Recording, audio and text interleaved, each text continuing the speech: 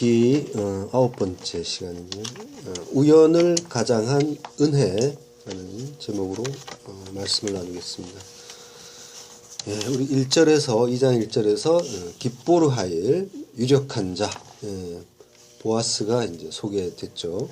능하고 강하고 또 소유도 넉넉한 그 보아스를 통해서 하나님께서 예비하신 은혜가 부어지려고 하고 있습니다.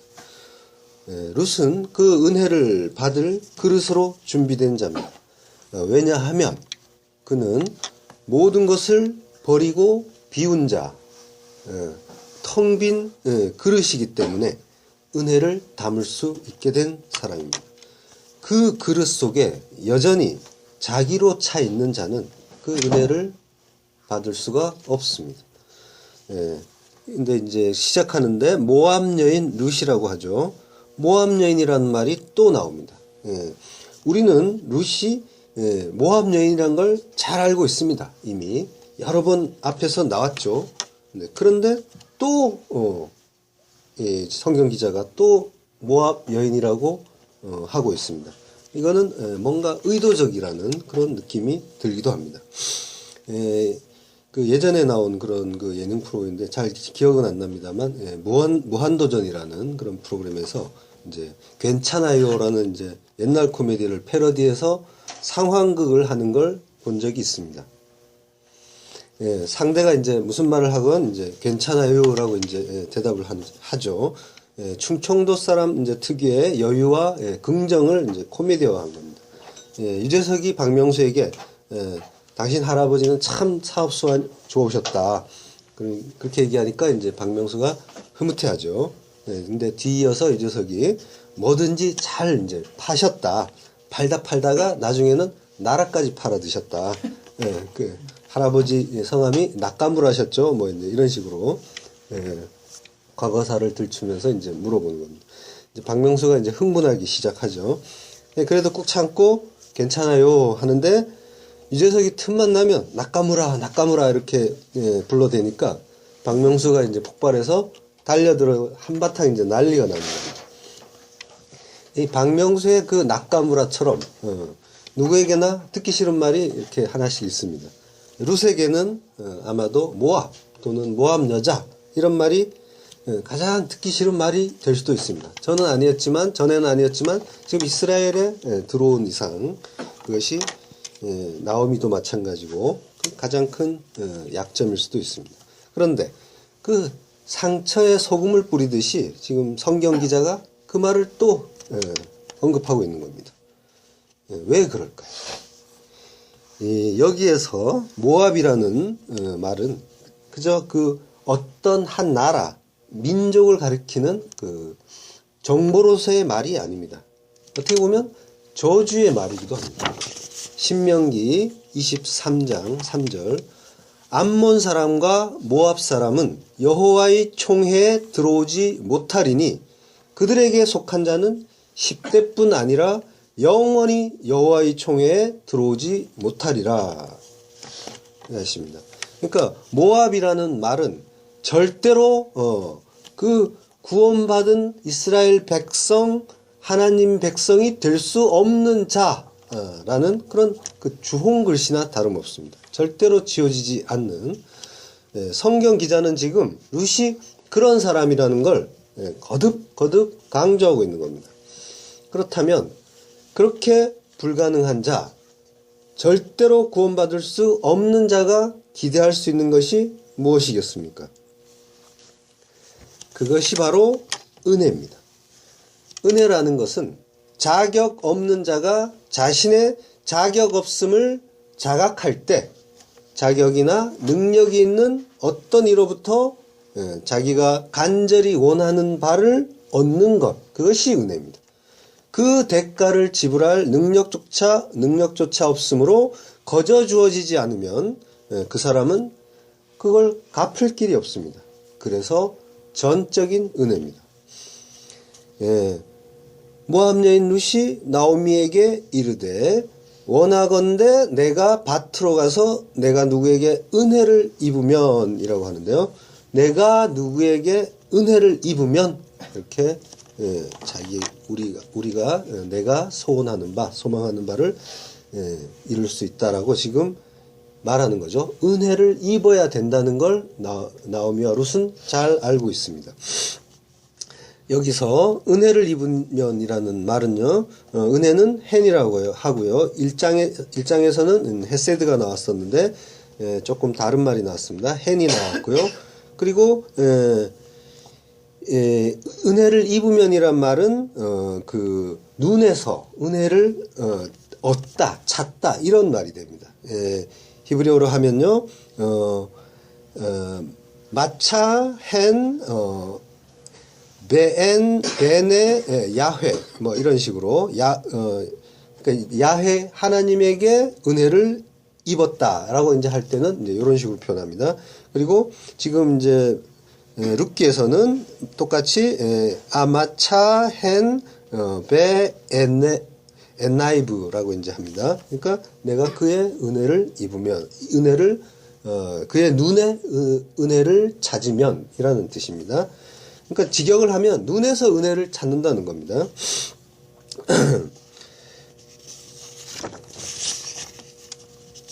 노아도 하나님은 여호와께 은혜를 입었다라고 하죠. 그 아까 했던 말처럼 그것이 역시 여호와의 눈에서 은혜를 얻으면, 찾으면 이런 말이 됩니다.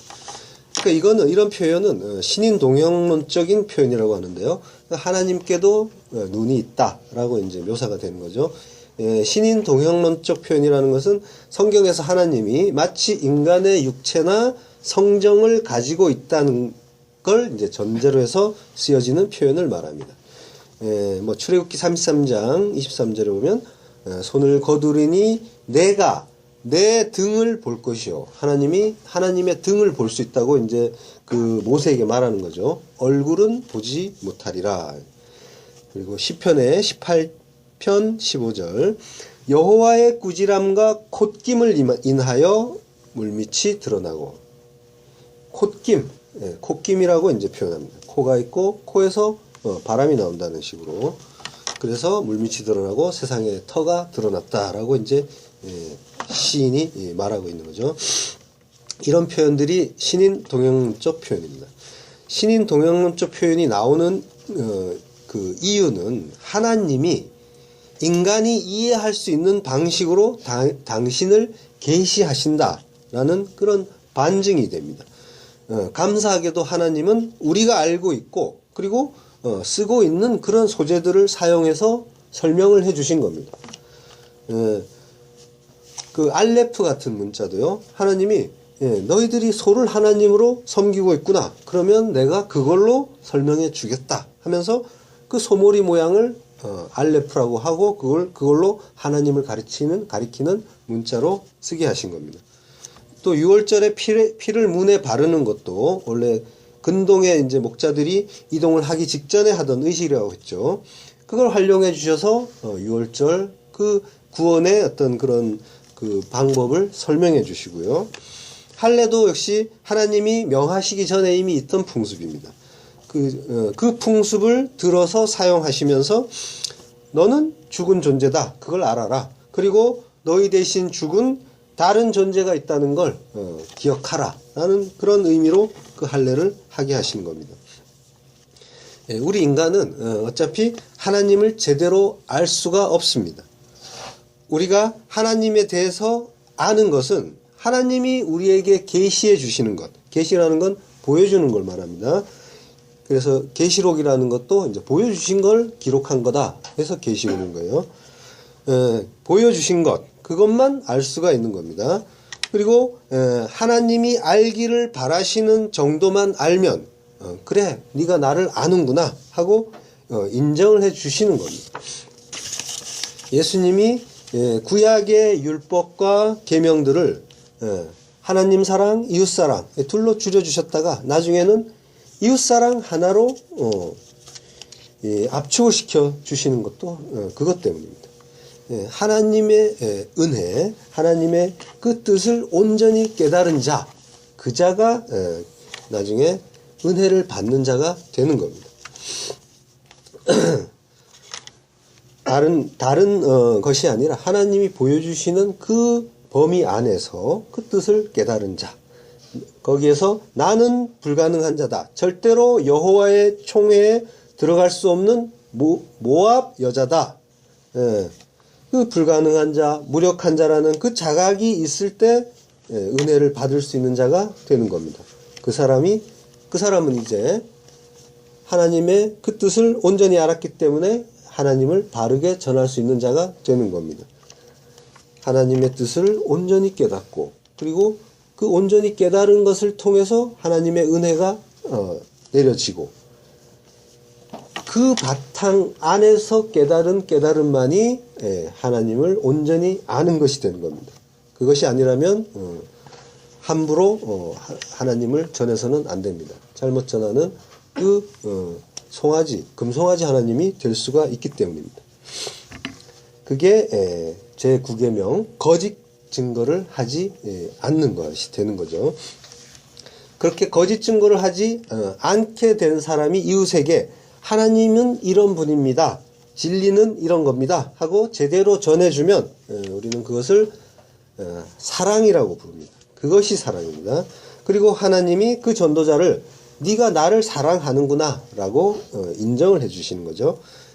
사랑이란 것은 이런 것처럼 오직 하나님과 관련이 있을 때만 그걸 이제 그 하나님과 관련이 있는 말입니다. 사랑은 인간과의 관계에서 나타나는 말이 아니라 하나님과만 관계가 있는 말이 사랑입니다. 하나님이 내 안에 들어오시고, 그리고 내가 비어진 내 그릇 안에 하나님이 가득 찰 때 하나님이 전해지시기 때문에, 하나님이 일하시기 때문에, 그래서 그걸 하나님의 사랑이 전해진다고 하는 거예요. 인간 측에서 하나님 사랑, 지사랑은 불가능합니다. 인간이 하나님을 사랑해 보겠다고 열심을 냈더니 어떻게 됐습니까? 하나님 사랑에 대한 인간의 열심이라는 건 하나님을 멸시하고 죽이는 일밖에 안 됩니다. 그게 십자가에서 예수님을 죽임으로써 증명이 된 것입니다. 사랑이란 말을 히브리어로 하면 아하브인데요. 이 아하브는 파자하면 성전을 말씀하시는 하나님입니다.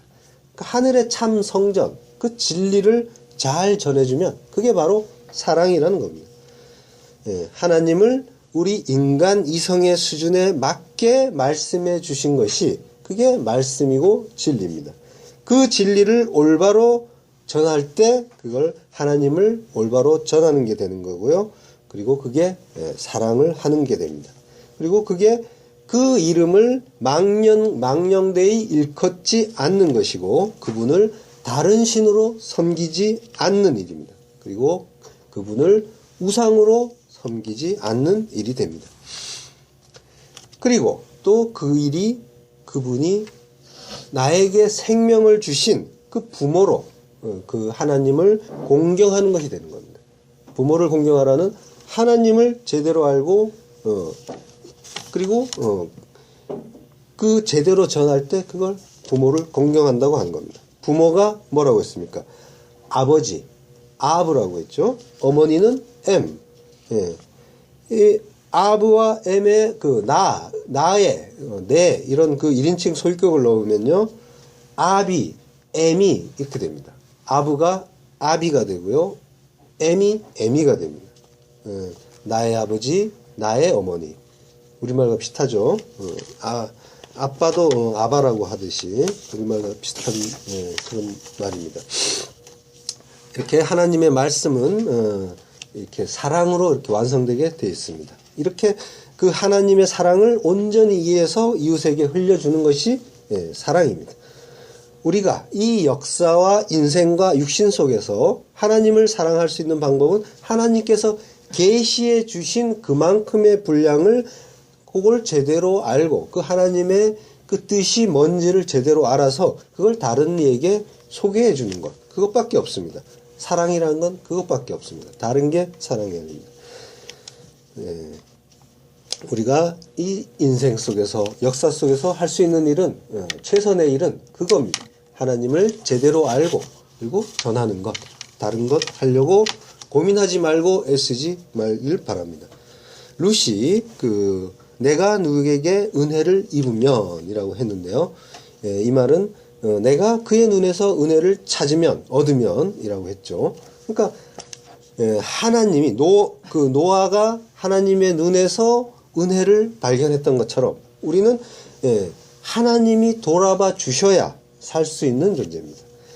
2절을 이제 직역해 보면요, 조금 이제 원어 해석하면 조금 이제 다른 번역으로 나와 있길래 이 직역을 한번 해봤는데요. 그 모압 여자 룻이 나오미에게 말했다. 그 모압 여자입니다. 자, 내가 그 밭에 가겠습니다. 라고 합니다. 나로 가게 하십시오라고 했는데, 가게 하소서라는 그런 정유형 문장은 아닙니다. 이 엘카라는 원형이 얄라크라는 이제 단어의 칼 미완료 1인칭 공성 단수입니다. 그래서 내가 가겠습니다. 내가 가겠다. 이렇게 이제 직역이 되어 있는, 직설적으로 이야기하는 말입니다. 그러니까 나라는 말은 자라는 뜻이고요. 그래서 이제 내가 그 밭에 가겠습니다.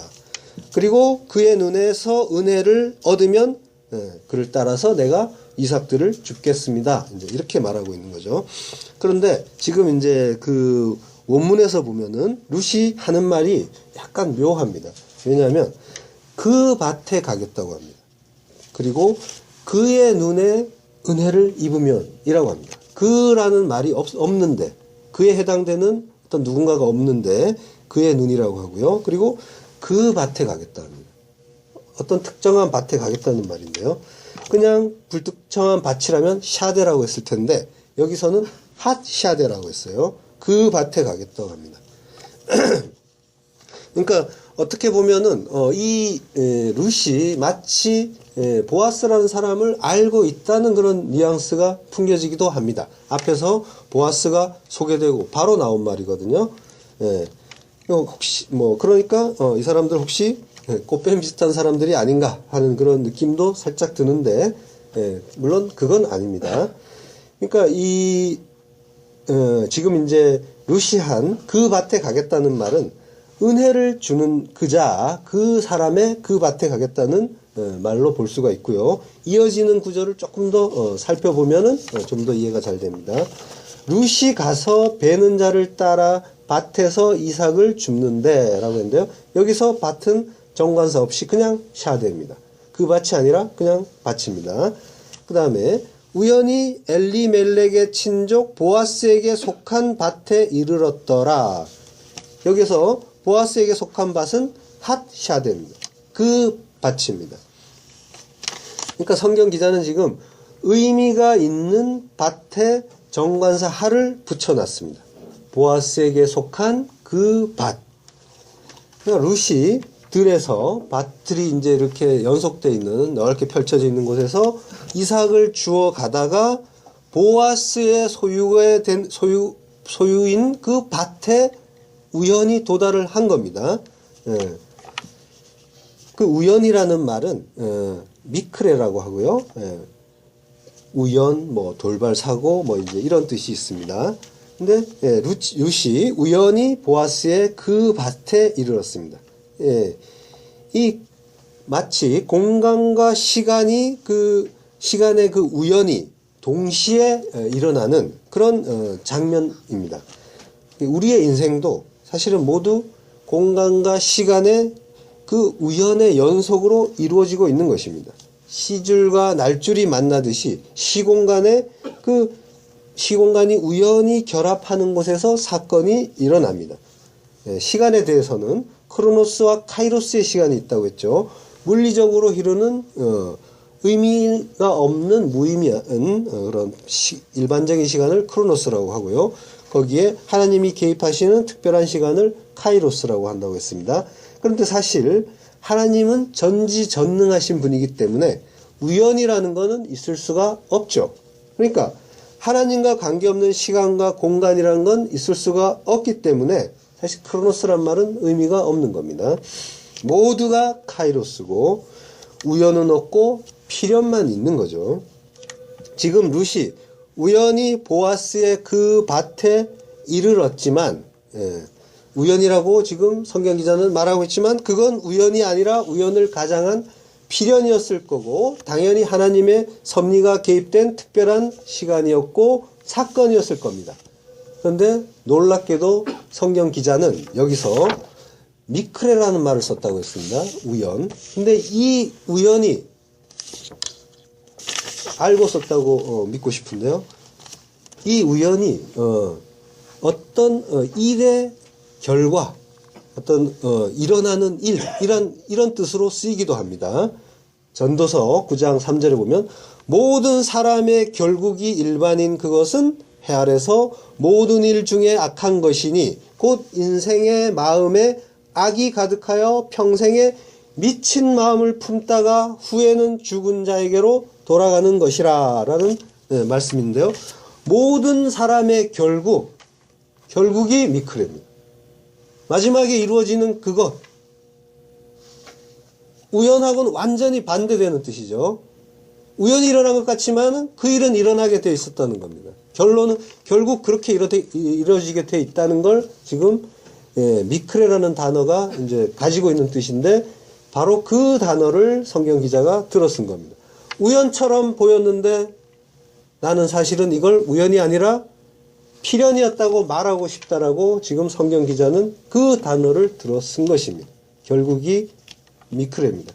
완전히 반대되는 그 상반된 단어 뜻이 한 단어 속에 들어있는 겁니다. 이 단어를 만든 그 히브리 사람들도 우연이라는 건 없다는 걸 알고 있었을지도 모르겠습니다.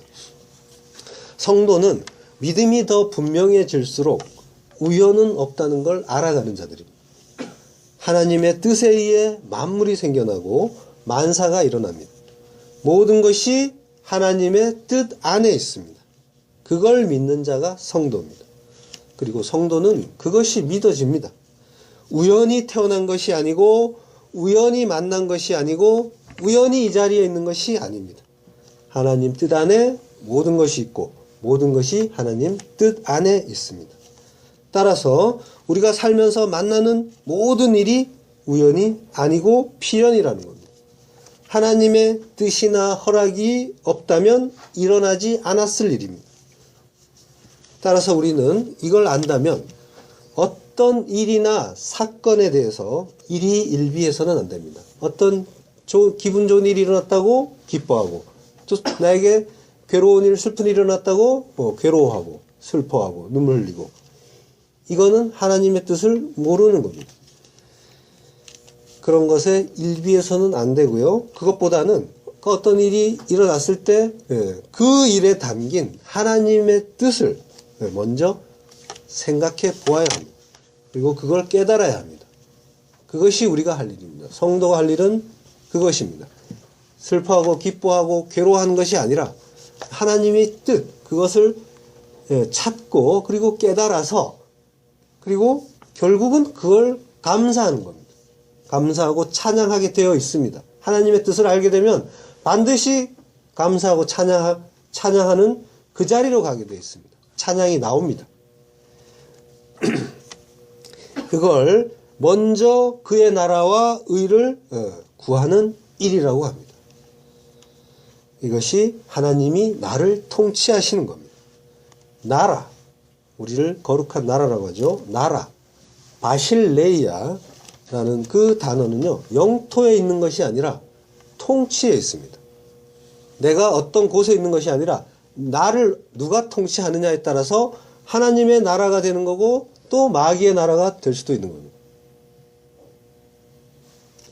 주한 미국 대사관은 한국에 있지만 사실 거기는 미국 오바마 대통령이 통치하는 곳입니다.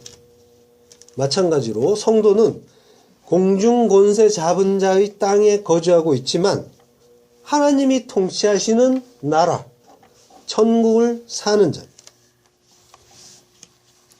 already not yet이라고 하는데요.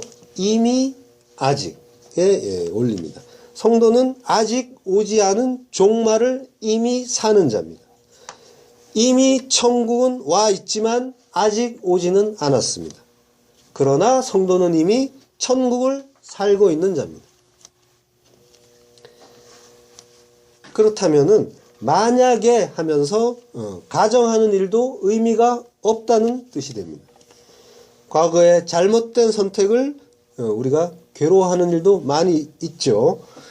그러나 그것은 잘못된 선택이 아닙니다. 모든 것은 우연을 가장한 필연입니다. 만날 만한 사람들이 만난 거고, 그리고 일어날 만한 일이 일어난 겁니다.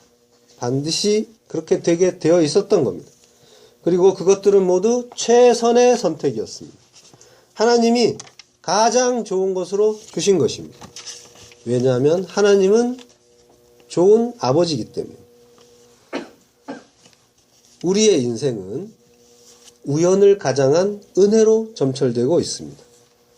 하나님은 우리에게 인생 내내 가장 좋은 것으로 주셨고 앞으로도 주실 겁니다.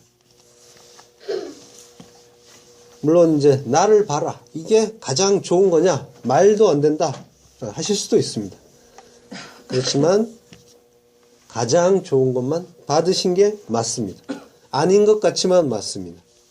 하나님은 이 땅을 사는데 좋은 것으로 주시지 않으십니다. 천국 가는데 좋은 것으로 주십니다. 하나님은 우리가 행복하게 이 땅을 사는데 필요한 걸 주시지 않습니다. 우리가 거룩한 하나님의 백성이 되어 영원히 천국에서 하나님과 함께 사는데 필요한 것으로 주셨습니다. 그게 기쁘고 행복한 일이어야 합니다. 그게 기쁘지 않고 여기서 사는 게 더 행복하고 즐겁고, 그러니까 여기에서 필요한 것들을 더 달라고 하는 건 그 사람은 천국 백성이 아니라는 말이 됩니다. 성도가 이 땅을 사는 목적은 행복이 아니라 거룩입니다. 행복과 불행, 이런 감정은요, 선악과를 먹고 스스로 하나님이 된 자들이 이 땅에 뿌리 내리고 싶어하는 본능 때문에 생기는 감정입니다. 그러나 성도는 이 땅에 터를 잡는 사람들이 아닙니다. 이 땅을 떠나서 천국을 향해 나아가는 유목민 같은 자들입니다. 노마드라고 하죠. 천국의 노마드, 그 삶을 살아야 합니다. 여기가 좋사오니가 아니라 천국을 향해서 하루하루 나아가는 천국의 노마드가 되어야 합니다. 우리는 6월절 어린 양을 먹고요. 그리고 무교병을 먹은 자들입니다. 그 먹을 때 편하게 앉아서 먹은 사람들이 아닙니다. 일어나서 급하게 먹었습니다. 갈 곳이 있기 때문입니다. 먹고 싶은 것, 하고 싶은 것, 입맛대로 다 찾아 먹고, 그리고 천국도 가겠다고 하는 건 도둑놈 신부입니다. 오늘날 기독교가 욕을 먹는 건 바로 이것 때문입니다. 이 세상도 내 것이고 천국도 내 것이다. 놀부심부입니다. 천국 백성은 뭔가 다른 삶을 살게 되어 있습니다.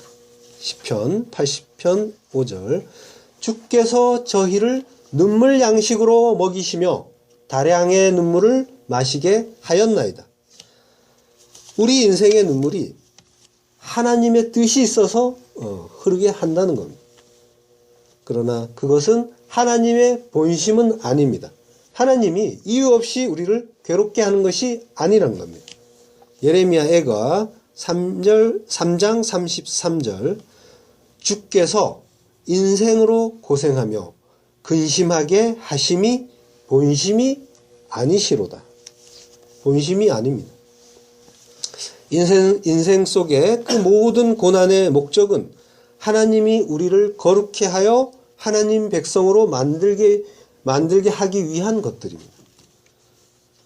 하나님은 성도가 이 땅에서 얼마나 행복하게 사는가, 얼마나 멋진 삶을 사는가, 이런 것에선 관심이 없으십니다.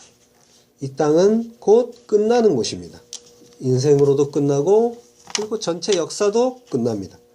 여기서 잘 배워서 졸업학점 채우고 하늘에서 영원히 함께 살게 되기를 하나님은 바라시는 겁니다.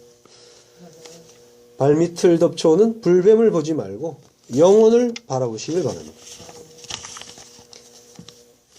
룻이 이삭을 이제 줍는데요. 그 이삭을 줍는 일은 율법에서 인정하는 그런 사회보장제도 같은 그런 일이기도 합니다.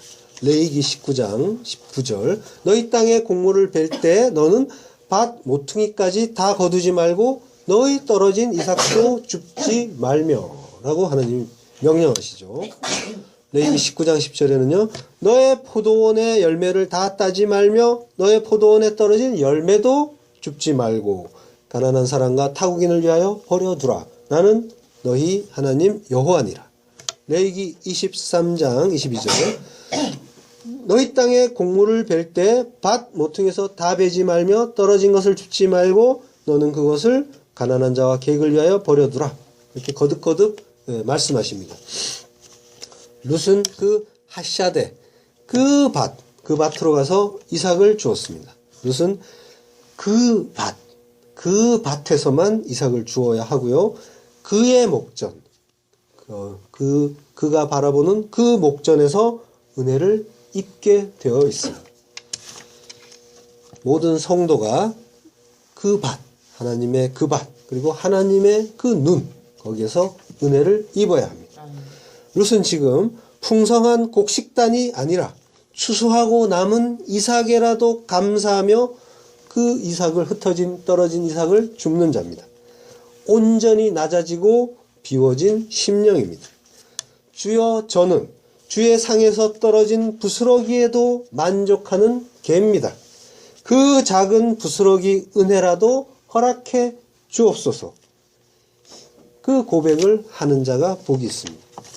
심령이 가난한 자가 복이 있다고 하는 겁니다. 그에게 천국이 소유가 됩니다.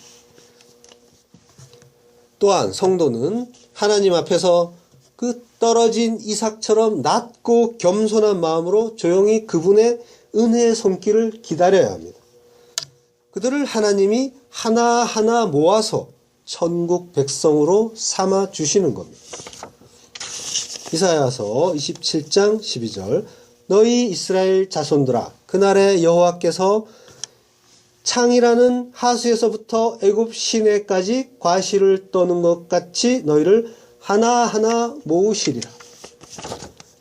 하나님이 하나하나 모아서 이 낮아진 심령, 가난한 심령, 비워진 심령의 그 성도들을 끌어 모으시는 겁니다. 4절에 마침 보아스가 베들레헴에서부터 와서라고 합니다. 드디어 남자 주인공 보아스가 나타났습니다. 보아스의 등장을 성경 기자가 마침이라고 합니다. 여기에 마침은 힌내라는 말이고요. 이 힌내는 주의를 환기시키는 감탄사입니다. 영어로 하면 look, behold 이런 말이에요. 봐라, 보았다 이렇게 지금 성경 기자가 말한 겁니다. 드디어 나타났다는 겁니다. 짠 하고 낯이 그 멋진 음악과 함께 등장하는 그런 느낌으로 이제 지금 성경 기자가 서술하고 있는 겁니다. 봐, 보아스야, 보아스가 나타났다 이렇게 감탄하는 겁니다. 우리는 그 인생의 일들을 우연처럼 살지만 그 뒤에는 하나님의 섭리, 역사심이 항상 함께하고 있습니다. 우연히 룻이 거기에 이르렀는데 마침 또 보아스가 거기에 나타나는 우연처럼 보이는 그 하나님의 섭리에 의해서 하나님의 그 모든 일들이 이루어지고 있는 겁니다. 이것이 은혜입니다. 하나님의 은혜. 오늘도 우리에게 이 모양 저 모양의 우연스러운 일들도 나타나서 보이지 않지만 쉬지 않으시는 하나님의 열심과 그 은혜를 맛보게 하시는 겁니다. 아까 오늘날 기독교인들이 세상에 비난을 받는 것이 이 세상도 내 것이고 또 천국도 내 것이라는 그런 자세 때문에 비난을 받는다고 했는데요. 그러니까 오늘날 그 교회가 하나님의 뜻을 온전하게 이해를 하지 못하고 있다는 그런 그 결과가 지금 이제 기독교가 개독교니 이러면서 많은 비판을 받는 그런 이유가 됩니다. 이것이 사실은 인본주의와 기복주의가 섞여서 일어난 일입니다. 인본주의라는 것은 나 중심, 인간 중심의 그런 그 그것으로 성경을 보게 되면 항상 나를 잘되게 하는 하나님이 나를 도우신다. 이런 물론 하나님이 도우시죠. 그런데 이 땅에서 나를 잘되게 하는 걸로 항상 오해를 하게 돼 있습니다. 그래서 그걸 바라면서 그 하나님의 생명력, 그리고 하나님을 온전히 경배하고 찬양하고 기뻐하는 그 자리로 가는 그 복을 찾는 것이 아니라 이 땅에서 잘 되는 그 복을 찾는 그 기복주의로 들어가게 되어 있습니다. 그 중심은 항상 나입니다. 나라는 하나님. 그러니까 내가 온전히 비워지고 낮아지고 죽지 않으면 항상 나 중심의 그런 믿음, 나 중심의 그런 종교 행위로 가게 돼 있는 겁니다. 어쩌면은 그 인본주의, 기복주의 자체를 마치 기독교라고 생각하고 있는 그런 양상이 오늘날 한국 기독교에 아주 편만하게 나타나고 있는 그런 모습들을 수시로 느끼게 됩니다. 많은 사람들이 오직 예수, 하나님이 전부라고 소리를 치는데 그 목적에는 항상 나를 위한 어떤 그것이 있는 겁니다. 하나님만 믿고 의지하세요 라고 부르짖는데 그 이유가 그래야 내가 성공하고 그래야 내가 병이 낫고 그런 이유라고 하는 겁니다. 그분들의 이제 간증을 들어보면요, 나 혼자 인간이 아무리 발부둥 쳐봐야 소용이 없고 하나님이 도와주시면 순식간에 엄청나게 상상도 못할 정도로 성공한다. 감당하지 못할 복을 받는다. 이런 생각들을 하고 있는 겁니다. 하나님이 함께 하시는데 누가 우리를 막겠느냐? 하나님이 도와주시면 이루지 못할 일이 없다. 그러니까 하나님만 믿고 의지해라. 그러니까 방향 자체가, 목적 자체가 잘못된 겁니다. 이것은 기독교인 것처럼 보이지만 기독교는 아닙니다. 이게 이제 아까 얘기한 거짓 증거가 되는 거죠. 20세기 위대한 설교자로 유명한 마틴 로이드 존스 목사님이라는 분이 있는데요. 그분의 설교 일부를 잠시 소개해 드릴까 합니다. 기독교는 내가 무엇을 행하느냐, 행하지 않느냐의 문제가 아닙니다. 기독교는 내가 다른 사람보다 얼마나 더 나으냐의 문제도 아닙니다. 기독교는 내가 이전보다 얼마나 더 변화되고 나아졌느냐의 문제도 아닙니다. 기독교는 그런 것이 절대 아닙니다. 그러므로 그 모든 것을 잊고 그리스도를 바라보십시오. 그러면 그분의 흠없고 완전한 의가 보일 것입니다. 여러분이 그분을 믿으면 그분의 의가 여러분에게 주어지고 여러분은 그분의 의를 입게 될 것입니다. 여러분은 이것이나 저것을 행하려고 하고 있습니까? 그 모든 것들은 안식을 주지 못합니다. 그 모든 것들은 여러분에게 무익할 뿐입니다. 그러니 멈추십시오. 그것들은 절대로 여러분을 그 어디로도 인도하지 못할 것입니다. 더 멀리 가기 전에 멈추십시오. 기독교는 그리스도를 본받는 종교가 아닙니다. 그리스도를 본받는다고 절대로 행복해지지 않습니다. 그걸로 행복을 찾으려 한다면 가장 깊은 절망에 빠질 것입니다. 성도는 오직 예수 그리스도의 피를 힘입어 성소에 들어갈 담력을 얻을 뿐입니다. 그 은혜의 십자가, 영광의 십자가를 만인이 본받아야 하는 아름다운 것으로 변질시키지 마십시오. 물론 특별한 내용은 아니죠. 제가 늘 말씀드렸던 그 내용을 말하고 있습니다. 그런데 이걸 소개하는 이유는 이 유명한 20세기 최고의 설교자라고 하시는 그 로이드 존스 목사님의 마지막 설교이기 때문에 그분이 많은 명설교를 하셨지만 그분은 지금 은혜를 결론으로 말하고 있는 겁니다. 우리의 결론은 은혜입니다. 은혜 아는 겁니다. 우리는 예수 그리스도의 십자가, 피공로, 그 은혜 알고 그 은혜를 붙잡음으로써 성소에 들어갈 담력을 얻을 뿐입니다. 뭔가를 잘해서 천국 가고 뭔가를 잘해서 이 땅에서 복받는 것이 기독교가 아닙니다. 은혜를 알아야 하고요. 모르면 배워야 합니다. 은혜는 무슨 은혜냐? 잘 모르겠다 하시는 분은 여전히 내 가치를 놓지 못하겠다는 겁니다. 그러니까 배워야 합니다. 매달려야 합니다. 깨닫게 해달라고. 내 안에 성령이 오시면 반드시 깨닫게 됐습니다.